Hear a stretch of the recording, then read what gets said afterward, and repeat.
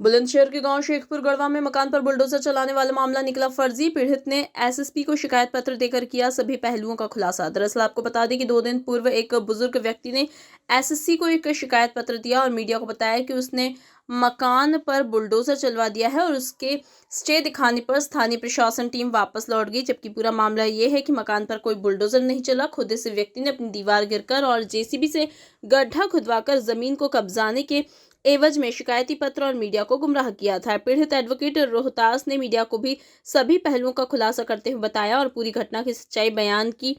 पीड़ित रोहतास पर उसे जमीन का स्टे है और वो 3 बार केस जीत चुका है। साथ में पीड़ित रोहतास ने ये भी बताया कि और राकेश द्वारा उसे जान से करने के लिए 10 लाख रुपए देकर सुपारी भी दी गई और महिला इकट्ठी कर उसे झूठे मुकदमे में फंसाने की धमकी भी दी जा रही है। Bureau report.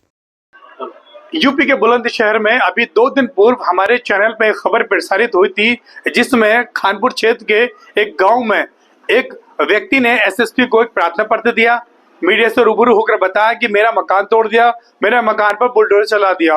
वो व्यक्ति रो रहा था और गिर गया था और अधिकारियों से न्याय की गुहार लगा रहा था, जिसकी खबर हमने भी चलाई। लेकिन जब खबर की पूरी जांच पड़ताल की तो सच कुछ और निकला। सच क्या है वो जानने के लिए मेरे साथ खुद वकील साहब मौजूद हैं। जानेंगे दरअसल सच क्या है। उस व्यक्ति ने बताया कि हमारे पास स्टे है, जबकि स्टे उसके पास नहीं, जबकि स्टे दूसरी पार्टी पे था।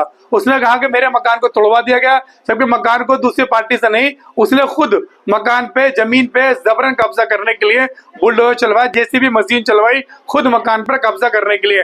पूरी घटना क्या है मेरे साथ खुद वकील साहब बताएंगे, वकील साहब से जानेंगे। तो वकील साहब, क्या नाम है आपका? मेरा नाम रोहतास कुमार है, मैं ग्राम शेखपुर गढ़वा से हूँ। अभी 2 दिन पूर्व जो शेखपुर गढ़वा से एक व्यक्ति आए थे जिनका नाम रमेश था, उन्होंने एसएसपी साहब को प्रार्थना पत्र दिया, खबर मेरे से प्रसारित हुई।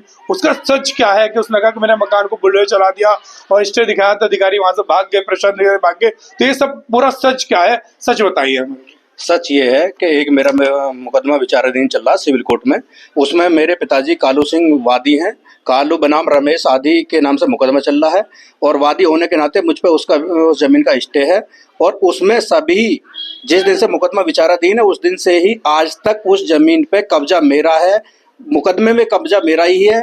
ये लोग 16 तारीख में इन लोगों ने जबरदस्ती कब्जा करना उस पर चाहा, इसलिए मुझे पुलिस और रेवेन्यू टीम की मदद लेनी पड़ी।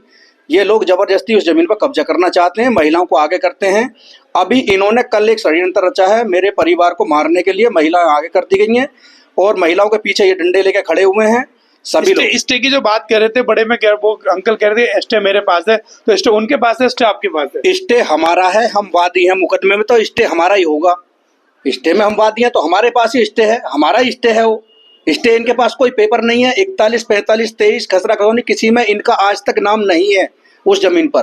ये जबरदस्ती उस जमीन पर कब्जा करना चाहते हैं, हड़पना चाहते हैं। इन्होंने अब से पहले भी 1-2 जमीन हड़प भी है गांव में। और वो जो आरोप लगाया था कि प्रशासनिक अधिकारी बुला के बुलडोजर चलवा दिया है, तो वो क्या था?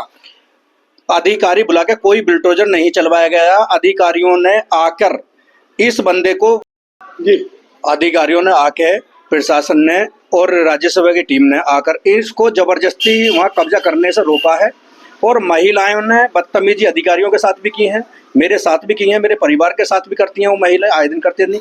कल मुझे 112 नंबर पुलिस बुलानी पड़ी अपने घर पे, मेरे घर पे ही ये महिलाएं डंडा और लाठी डंडे लेके आ गई।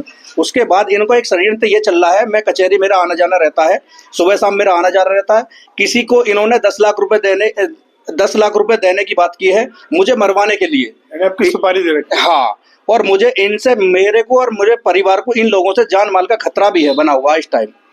अच्छा, वो लोग किस बेस पे कब्जा करना चाहते हैं उस जमीन? वो बेस इसी बेस पे करना चाहते हैं कि हमने कभी बैनामा लिया, बैनामा को ये उठा के मेरे दूसरे चक में लेके वहाँ इन्होंने उसका दाखिल खारिज ले लिया 2000 में। 85 का जो बैनामा बताते हैं उसका इन्होंने 2000 में मेरे दूसरे चक में दाखिल खारिज ले लिया और वहाँ कागजों में इनके नाम वहाँ जमीन है। यहाँ इनका कोई भी आज तक कोई पेपर इनके पास हो तो मैं कभी भी जमीन छोड़ दूंगा, कोई दिक्कत नहीं है मुझे। अब कितनी जमीन पर कब्जा करना चाहते हैं? 1 बीघा जमीन पर कब्जा करना चाहते हैं। और टोटल कितनी बीघा है? वो टोटल 2.5 बीघा जमीन है, उसमें मेरा मकान, घर, मकान, दुकान सब बनी हुई है, मैं उसमें रह रहा हूँ। ये थे मेरे साथ वकील साहब, इनका साफ तौर पर कहना है कि वो व्यक्ति जो एसएसपी के सामने न्याय की गुहार लगा रहा था, जबकि फर्जी तरीके से वो खुद इनकी जमीन को हड़पना चाहता है, जबकि उसने अपनी जमीन दूसरे चक में दूसरे खेत में ले ली। उसके बावजूद भी अब उसकी निगाहें इस जमीन पर टिकी हैं, इस जमीन पर जबरन कब्जा करना चाहता है। इनके पिताजी जो है कालू, उन्होंने एक मुकदमा भी दर्ज कराया था, उसके खिलाफ वाद भी चल रहा है। इन्होंने स्टे पे ले लिए, 3 मुकदमे भी ये जीत चुके हैं, यानी चकबंदी से भी जीत चुके हैं, हर तरह से मुकदमे जीत चुके हैं। उसने षड्यंत्र के तहत इन्हें फंसाने के लिए ये सब षड्यंत्र रचा। मैं अपने सहयोगी ज़ैद अंसारी के साथ वसीम सिद्दीकी, तेज लाइव न्यूज़, बुलंदशहर।